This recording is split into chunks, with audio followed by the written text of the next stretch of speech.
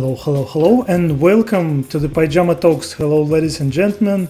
And today we're going to talk about how to step back from IT and start doing something really useful. And today my co-host is Anita. Hello, Hi, Anita. everyone. Anita told me that she's my millennial from Wrike, and our guest today is Vadim or Jim Babeshkin. He is author of Water Magic YouTube channel and IT guy in the past. And actually, we have a big topic today because, like, your story, Vadim, is super interesting. It's like, it's really rare to see people with this history. So you were IT guy.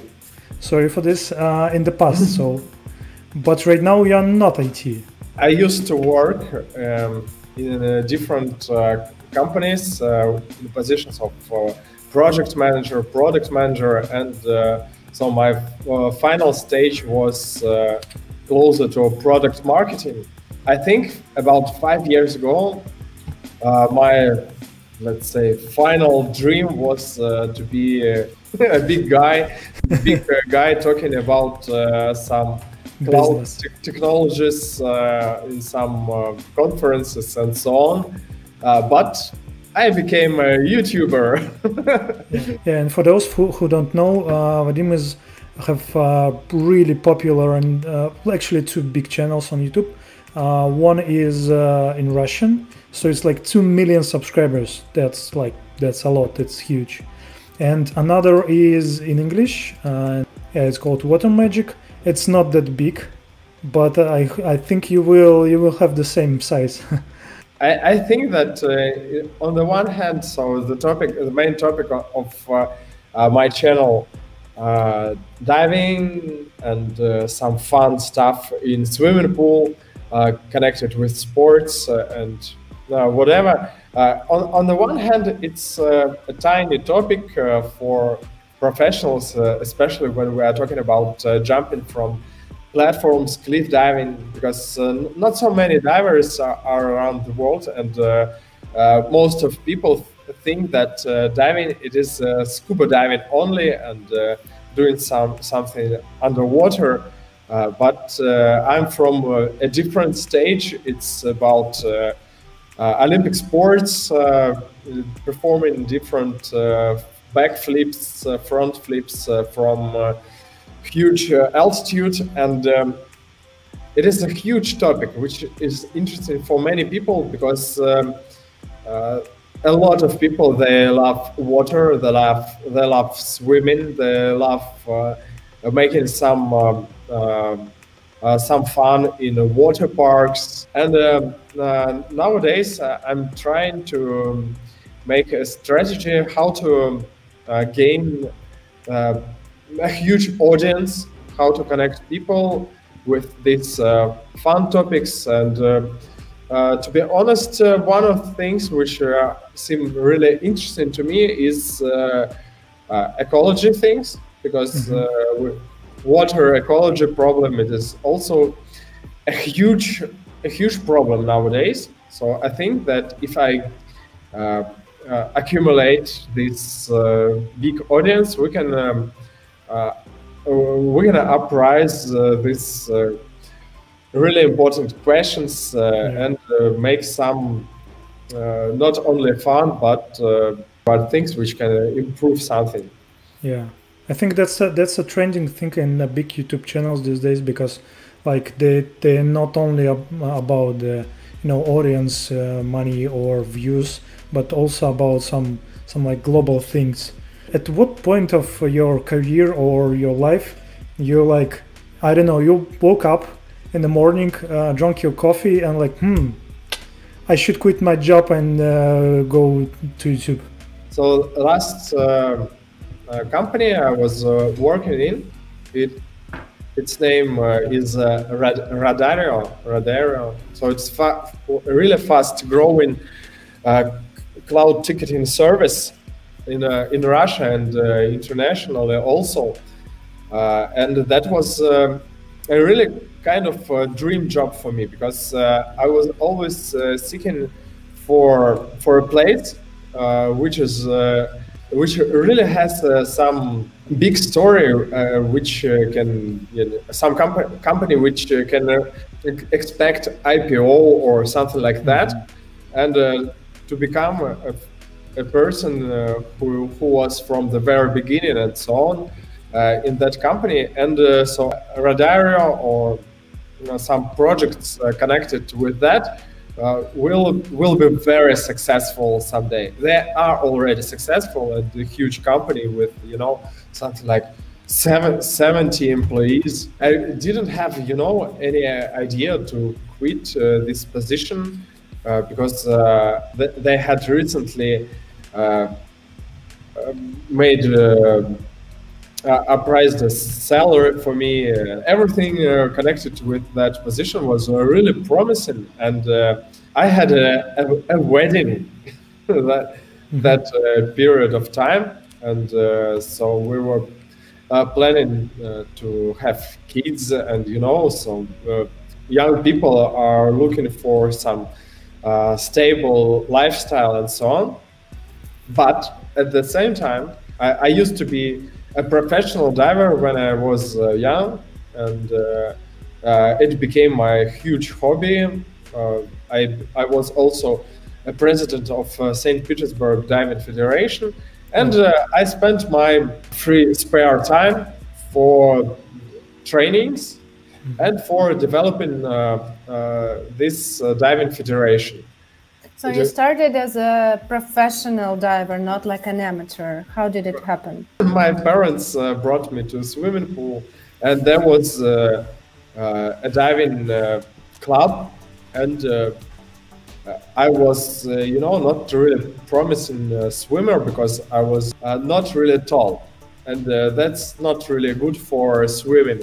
And there was a club for diving, and the coach told, yes, this guy is okay, because I also had some gymnastics background, so I already knew how to swim, some gymnastic skills, strong, not tall, so everything was okay for diving. And I started to achieve some results as a junior diver. When I became 17 years old, I went to university, and it's impossible to combine professional diving and university education. So from that period, it started to be my hobby. I was always in touch with the team, with my friends, with coaches, and I became a president of St. Petersburg Federation. So it's not a governmental job. I didn't have any salary for that. It was just the development of diving community, finding some prizes for kids, writing some articles, and bringing television to our competition, and making diving a little bit more popular in St. Petersburg. I also started a cliff diving career. So I started doing jumps from higher altitude, from 20 meters, 27 meters. And in 2015, I also became a European champion in cliff diving from 20 meters. In 2017, I had a plan to attend a world championship in high diving. I was refused by several people from Russian Diving Federation. I was really angry because of that. I started developing an idea of making some huge junior competition in St. Petersburg. And I had a chance to hold all Russian diving competitions in my city. Oh. And I decided, okay, I'm not going to World Championship. I'll spend my free time, weekends, for developing this junior championship. I'll find a sponsorship, I'll find some partners, and I'll make a huge YouTube strategy. So I had a small YouTube channel that day. Not really small. It was 25,000 subscribers. But I was so angry and so passionate about that idea to make something big out of nothing, because all Russian diving national junior competitions, they usually are attended by 0 people. Nobody comes there as a spectator, and I made a video that we have a goal. Let's make 1,000 spectators at the final day. Let's find a sponsor for that 100,000 US dollars. I have found a sponsor, car price company, which is a really huge car selling service in Russia. They had written in their strategy for that year that they wanted to find some junior sport projects to become a sponsor. And then I come to them and tell, okay, my channel is not really huge, but you see the statistics now is growing. So I swear there will be 4 million views for the videos which we produce during this competition promo activities, and we will make a huge broadcast and so on. And at that moment, there were a total amount of views in the channel only 4 million. Reliable with my dreams, I don't know. They decided to support this project, and somehow we hyped with that diving junior competition. And there were a lot of creative videos, and the audience of the channel grew from 30,000 subscribers at the beginning to something like 150, 200,000 subscribers. That was really in some few months.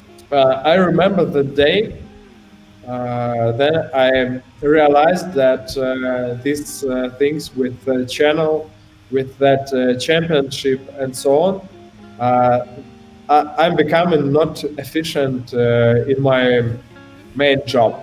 Some guys, they told me that, okay, Vadim, you can rely on us. How many money do you need to make an experiment with your YouTube channel, let's say for 2-3 months? And I told that I'll probably need a support, something like 4,000 or 5,000 US dollars, something like that, or even less. And they told me that you can take this money right now and try. So this channel, it started to grow in so fast that I didn't have a problem to find some sponsors from the very first day. I didn't have, I had, so there were tough days, but there were no such days that, well, I don't know what to do with money. So I was really lucky for that, that I didn't start from the 0 point with YouTube. Wasn't the time when you went camping and eating buckwheat? Because I researched on the internet that you did something like that and you didn't eat properly or something. Was it that time? For that competition, I gained a crowdfunding campaign. I spent a lot of time and a lot of money and a lot of pain.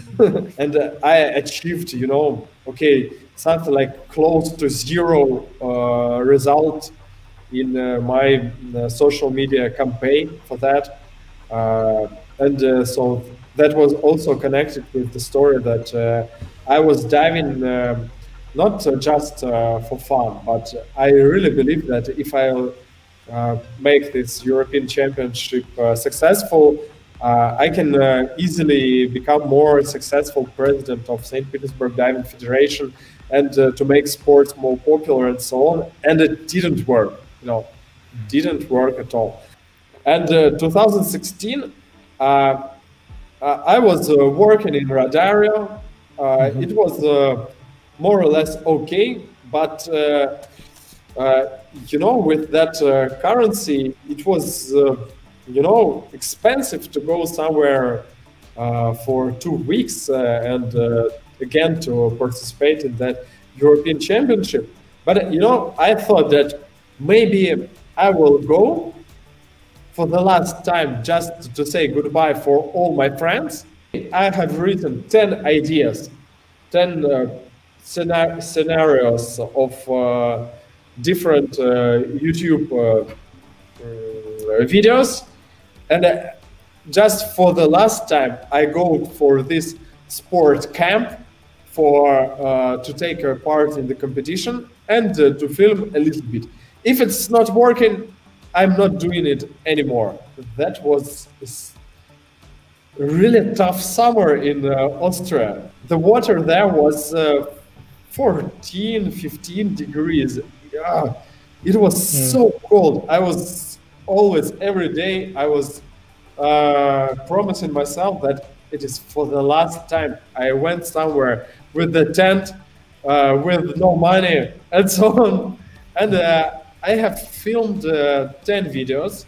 I was absolutely unsuccessful with the European Championship because previous year I was first one. That year I was fourth one. But one of the videos got 1 million views. I didn't realize that, but maybe that was, that day then this thought about, maybe this can be something more than just 1,000 or 10,000 subscribers. Crazy achievements, they start from crazy dreams.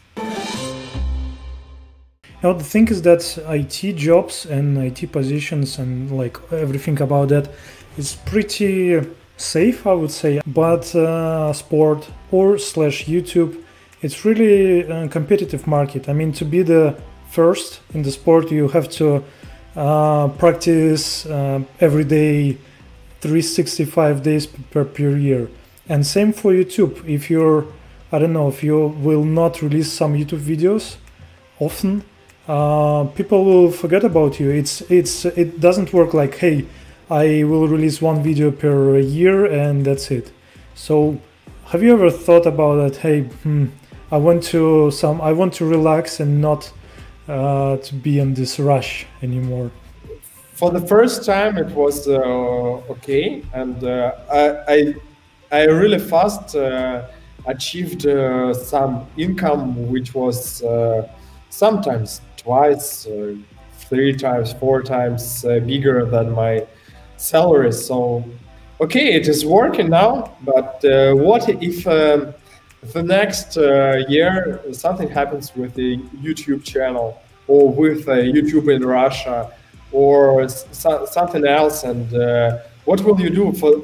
What's your goal? Why are you doing that?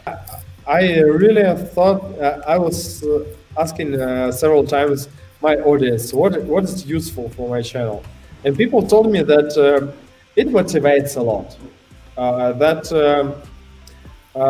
They really like the story that just an ordinary guy doing dives is becoming something big, and maybe so if I stop, it would demotivate a lot of people. Nowadays, I'm trying to make a production company.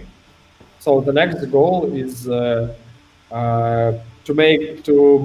make some channels where I'm not the main person, and so to make it like a business model.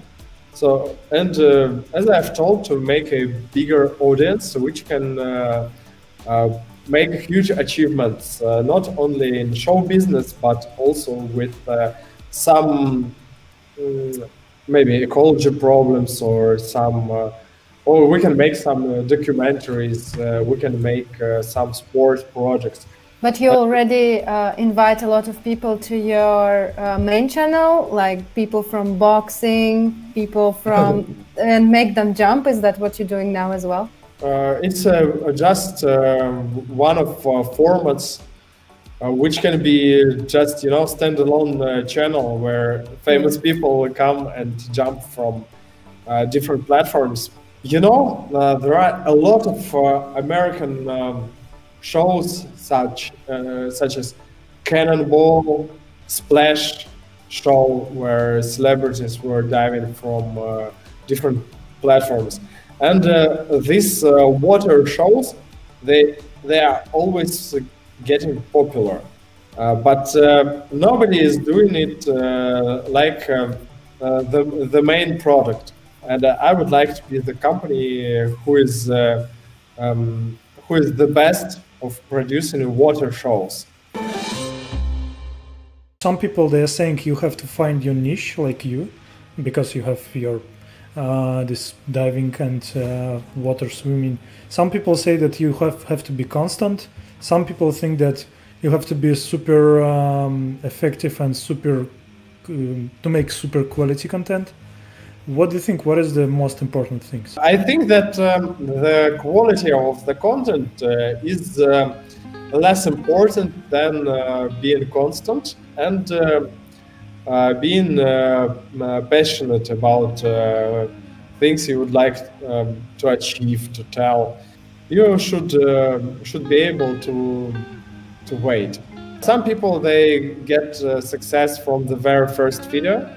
Some people like me, they produce about 100, even more videos before they understand where is some demand for their plot and so on. First of all, you have to be ready to change yourself, to change your roles, to change your appearance, being eager to find something new. Maybe this is the common feature for being successful on YouTube. Is there any way of cheating YouTube algorithms? I think there are. You can buy a lot of comments and views, and your video may reach some top of your country, for example. One of my videos was number 2 in the top of all videos in Russia, and it brought me something like 60,000 views. It's okay, but the video itself got 2 million views for this 1 week. I've heard this one thing about videos is that when you put a video on YouTube, you have this thing as tags. So you tag like the relevant topics that you are making videos of, and some people put like the names of famous video bloggers to get more views. Is that a way of cheating and it doesn't work? Did you try that?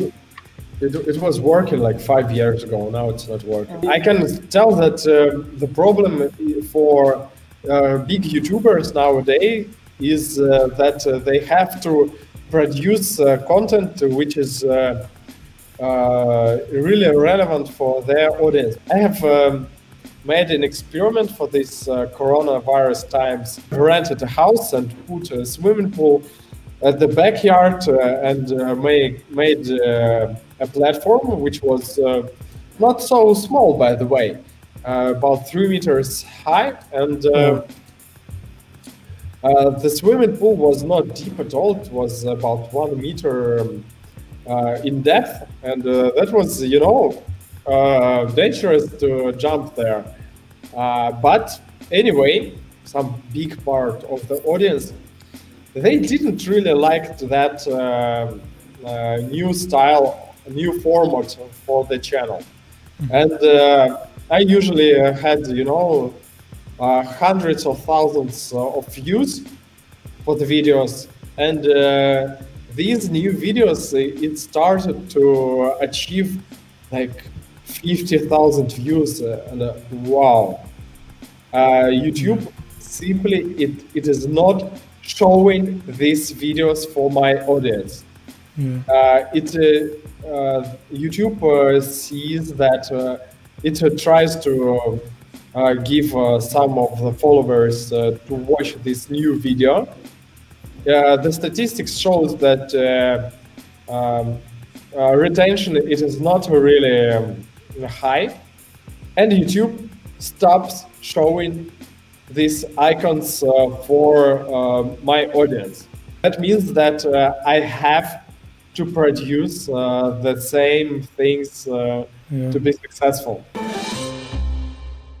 And yeah, thank you, Anita. Thank you, Vadim, for coming. And yeah, as a professional YouTuber, kinda ish, we should say subscribe, ring a bell, put a comment. And if you dislike this video, just leave, just go away. Don't click dislike. A lot of dislikes, it's also okay. So like or dislike, the main thing is that people should watch till the end. Okay, we have to end, and thank you very much for being with us, and we will see you. I hope that we will see you in the next one.